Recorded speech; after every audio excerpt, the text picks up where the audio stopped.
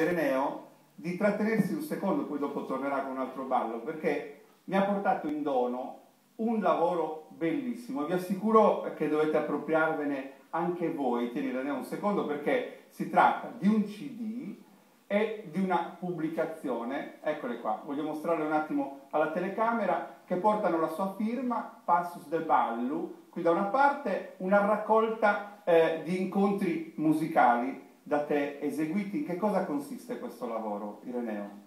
È un lavoro discografico. In pratica ho inserito vari pali della nostra tradizione e poi ho riportato su carta, su spartito, quello che si sente all'interno del CD.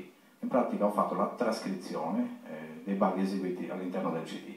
Quindi anche qui solitamente esegue musica colta, può avvicinarsi alla musica popolare attraverso quindi l'utilizzo di questi spartiti, certo, dando così un proprio viaggio a un percorso che può avere queste sfumature che arrivano, insomma, dalla terra, certo, e da quel sentimento che condividiamo in tanti. Io ti faccio un invito, da qui a qualche puntata, a tornare, parleremo meglio di più di questo lavoro e ascolteremo soprattutto con te in primo piano il valore della tua musica. Io ti stimo molto da sempre e lo sai. Un applauso a Ireneo Massimo. Volevo cogliere l'occasione per ringraziare il maestro Fabrizio Marchionni, docente del Conservatorio di Cagliari, compositore e organista, professor Giovanni Perria di Oristano, che conosci benissimo. Molto bene, e tra l'altro siamo un po' tutti figli suoi, perché lui ha aperto, insomma, tanta parte di questi incontri dedicati alla Sardegna, e ovviamente le edizioni Frulias di Franco Madao, che hanno messo in distribuzione e creduto in questo lavoro. Grazie Ireneo, grazie. Sono fra poco.